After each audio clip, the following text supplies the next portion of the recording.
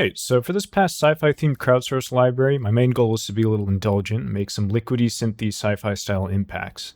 And now I'd like to share that with you and do a little deconstruction of how I got there. So I started out by making a simple patch of my modular synth using this Rainier module as an 808 kick generator, and then I passed that through beads as a sort of like real-time granulizer. And the output from that I recorded here as like a 14-minute long format, just like synth jam, which I won't subject you to listening to the whole thing, but I'll give you a couple of snippets here.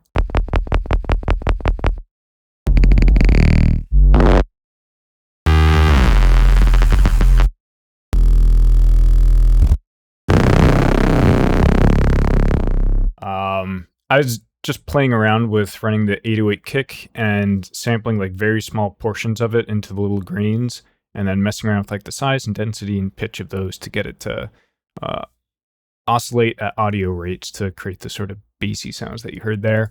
And then I fooled around with a bunch of plugin chains to get some process material, which I then layered up and designed into the final sounds that you see here. To keep this as succinct as possible, I'm going to run through the various effects chains pretty quickly with just a little bit of preamble, and then talk some more about my layering, mixing, and mastering process afterwards. So for this first layer that we have here, which goes something like this.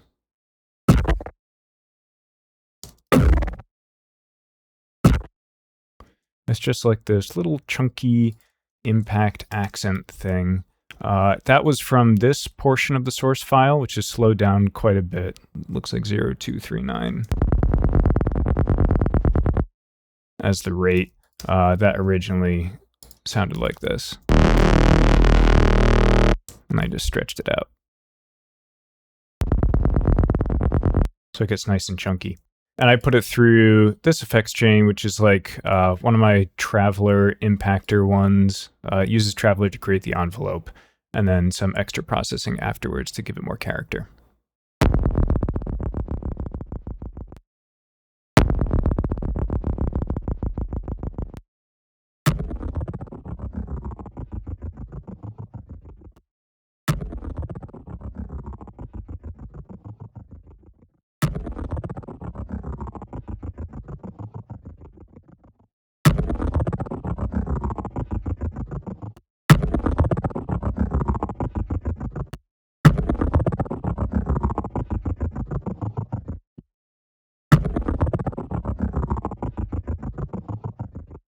And then I just took little tiny snippets and trimmed them up nice and neat here and slowed them down a little bit more.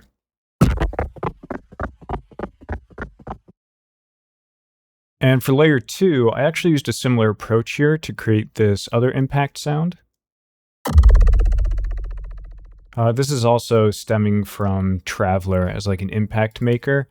And the portion of the original source that I was reaching for here is actually similar to the previous one as well. It's just like a slightly slow, intense, bassy portion. Main difference here, I think, in the processing is I was using manipulator and also quite a little bit of disperser as well.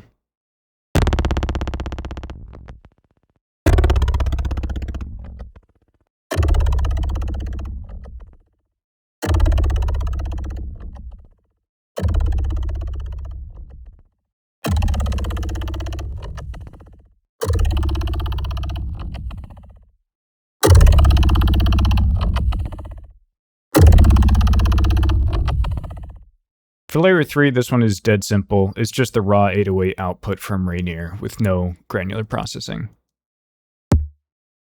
I think I might have done a little bit of saturation once it got into the DAW and just glued it down, but yeah, the raw source file this is from is just a bunch of like random kicks. I think you get the general idea. Sometimes simplicity is key.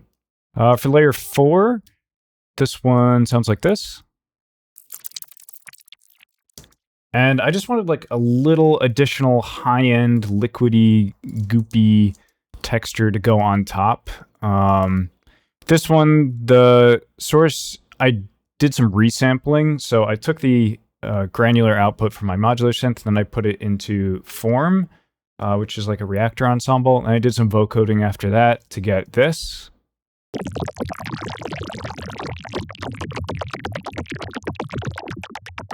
If you saw my other video on vocoding, you'll get an idea of how I made that.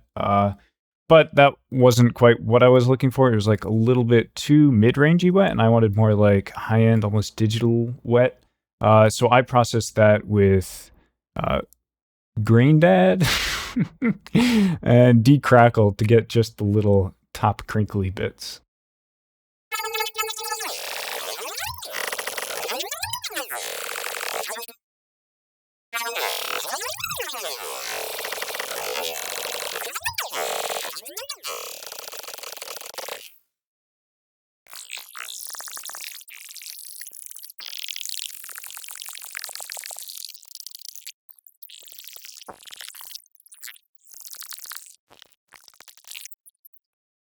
For this next layer, I wanted a sort of chunky, filter, sweepy Doppler pass-by to act as like an accent and fade out the sound as it trails off in the tail. That sounds like this. And to get there, I used this portion of the source file.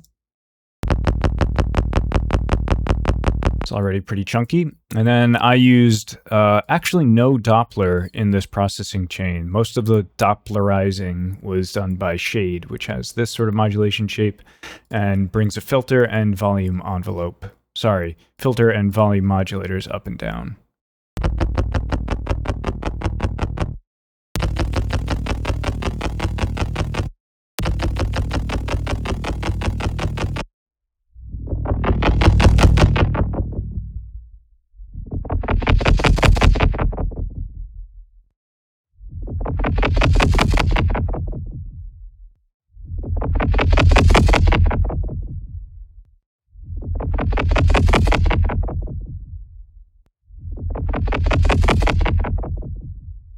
And then for this last layer, my approach was honestly very similar to the previous one. It's a similar like Doppler chunky filter sweep thing. In fact, it uses the same effects chain. It sounds like this,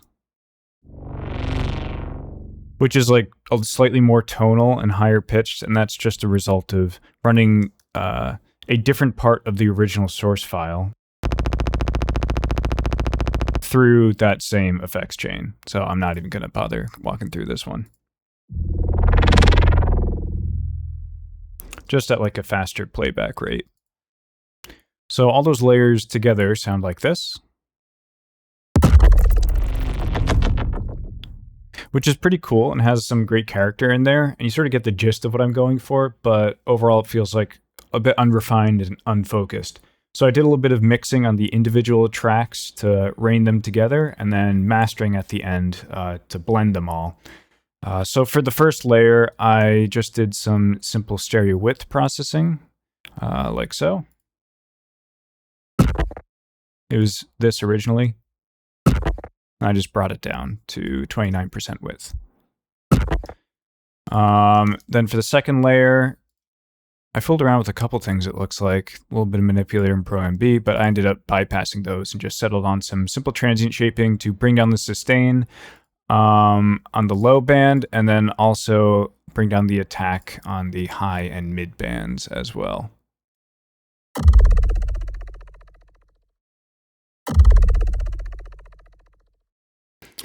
For layer 3, this was the simple kick, and I just left it pretty simple, pretty raw.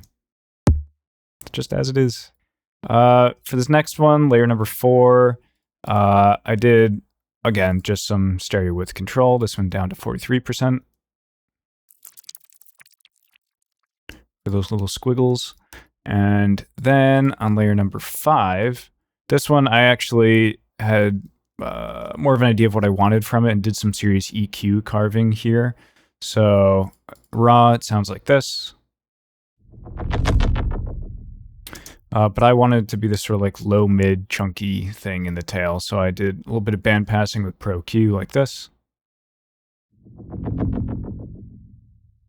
And then again, stereo width control, just because I didn't want it to be crazy wide.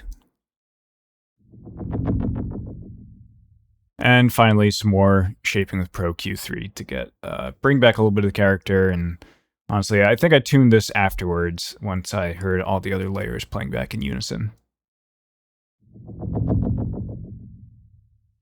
Sounds nice and muffled and what you'd expect for something that's supposed to be trailing out. And then for this final layer, I just did some simple high passing with Pro Q, and again, stereo width reduction, in case you're sensing a theme here. So here's how it sounds with all of that mixing and stereo width control, which is definitely more focused, but not quite as cohesive as I'd like. So I did some additional mastering to bring it all together, have a little bit of fun, and also increase the punch factor quite a bit. So it starts out with Filterfreak that has this effect. You can hear it's doing like some phasing because it's a notch filter mixed in at 64.5%. It's not actually phasing, but it sounds like the effect of phasing. And it's also driving the input a little bit with the dirt setting, so it's adding a little bit of subtle distortion. From there, I went into Neutron for low-end control. It sounds like this.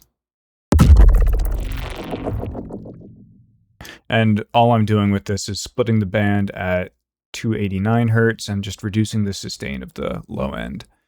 Then into Disperser. Just doing the Disperser thing. Too much of it would be like this. It's that person dropping an ice cube down a ice fishing hole. It's sort of zappy, lasery sound. A little bit of it, I like how it affects the transient. It gives like a little bit of snap and then plays nicely with the ruckles in the tail. So I just mixed it in kind of subtly. And then Pro MB.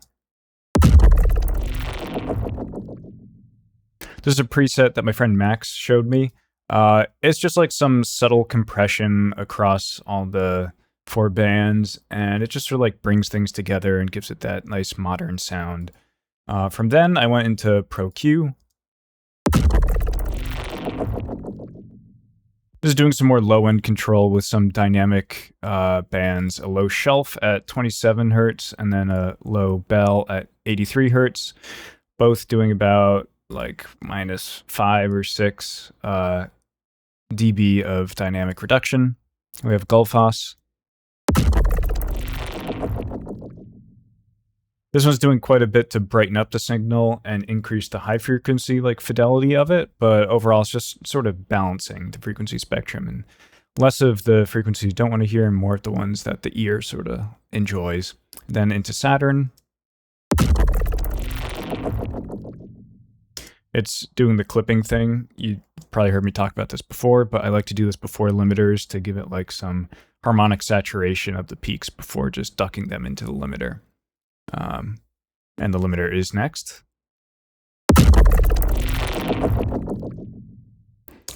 And that's just to increase the level a bit, give me back some of the gain that I carved away, cut it off at -1 true peak, and also the modern algorithm does give it a little bit more punch as well. And yeah, that's the whole process. Thanks for listening. I apologize in advance for the excessive editing that I'm going to have to do here. My mind was a little bit all over the place. But do let me know if there are any other specifics I covered that you want me to dive deeper on in the future.